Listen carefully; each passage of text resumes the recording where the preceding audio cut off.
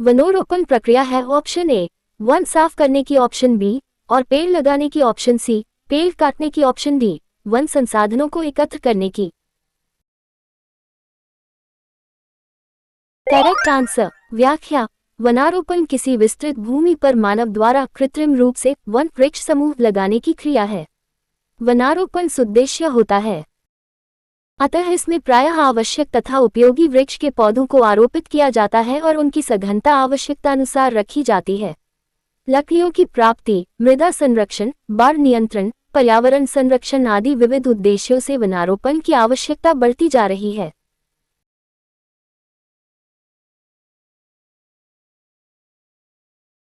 अंतवर्ती जायद फसल है, ऑप्शन ए वे फसलें जो हरी हरी काटकर पशुओं को खिलाई जाती हैं, ऑप्शन बी प्रतिस्थापित फसलें जो तब रोपित की जाती है जब नियमित फसलें उगने में असफल हो जाएं, ऑप्शन सी वे फसलें जो नष्ट किए जाने वाले कुछ कीटनाशक जीवों को आकर्षित करने के लिए रोपित की जाती हैं, ऑप्शन डी वे फसलें जो कुछ ऐसे कीटों को आकर्षित करने के लिए रोपित की जाती हैं जो नाशक जीवों के जैविक नियंत्रण के लिए प्रयुक्त किए जाते हैं। Correct answer. व्याख्या। अंतर्वर्ती अथवा जायद फसलें एक प्रकार की प्रतिस्थापित फसलें हैं जो तब रोपित की जाती है जब नियमित फसलें उगने में असफल हो जाएं। दुग्ध उत्पादन में संसार में भारत का कौन सा स्थान है? ऑप्शन ए चौथा, ऑप्शन बी तीसरा, ऑप्शन सी दूसरा, ऑप्शन डी पहला। Correct answer. व्याख्या। भारत का संसार में दुग्ध उत्पादन में प्रथम स्थान है। भारत वर्ष 1998 से लगातार विश्व दुग्ध उत्पादन में प्रथम स्थान पर है। भारत में दुग्ध उत्पादन में अग्रणी स्थान उत्तर प्रदेश का है। श्वेत क्रांति का संबंध किससे है? ऑप्शन ए गेहूं उत्पादन, ऑप्शन बी दुग्ध उत्पादन, ऑप्शन सी बाढ़ नियंत्रण, ऑप्शन डी मत्स्य उत्पादन। Correct answer. व्याख्या। श्वेत क्रांति का संबंध दुग्ध उत्पादन से है। भारत में इस क्रांति का जनक वर्गीज कुरियन को माना जाता है। नीली क्रांति का संबंध मत्स्य उत्पादन से है। हाल में आंध्र प्रदेश का तुमलापल्ली किस सर्वाधिक निक्षेप डिपोजिट के लिए विश्व के नक्शे में आ गया है? ऑप्शन ए यूरेनियम निक्षेप, ऑप्शन बी टंगस्टन निक्षेप, ऑप्शन सी कोयला निक्षेप, ऑप्शन डी बॉक्साइट अयस्क निक्षेप। Correct answer. व्याख्या। प्रश्नकाल में जुलाई 2009 में यूरेनियम का सबसे बड़ा निक्षेप गोगी, कर्नाटक राज्य में खोजा गया था। 2011 में आंध्र प्रदेश के तुमलापल्ली में यूरेनियम का सबसे बड़ा भंडार खोजा गया है।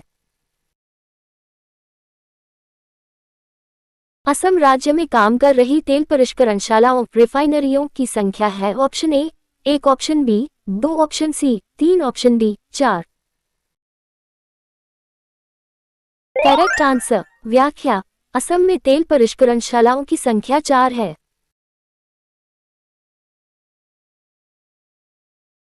किस नगर को भारत की सिलिकॉन घाटी कहा जाता है?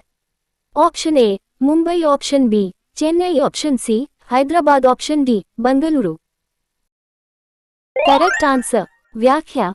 संयुक्त राज्य अमेरिका में उत्तरी कैलिफोर्निया के सैन फ्रांसिस्को खाड़ी क्षेत्र का दक्षिणी भाग सिलिकॉन वैली के नाम से प्रसिद्ध है। आरंभ में यहां पर भारी संख्या में सिलिकॉन के एकीकृत परिपथ चिप बनाने वाली कंपनियों के कारण ये नाम मिला। इस संदर्भ में भारत की सिलिकॉन वैली बंगलुरु में स्थित है। भारत में सबसे पुरानी नदी घाटी परियोजना है। Option A Hirakud, option B Damodar, option C Chambal, option D Kosi. Correct answer. व्याख्या।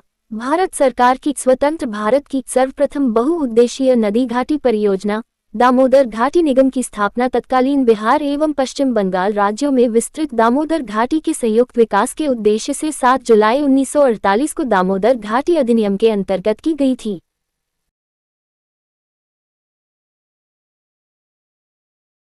निम्नलिखित में से बिजली का नवीकरण रिन्यूएबल संसाधन है? ऑप्शन ए पानी, option B petroleum, option C कोयला, ऑप्शन डी प्राकृतिक गैस।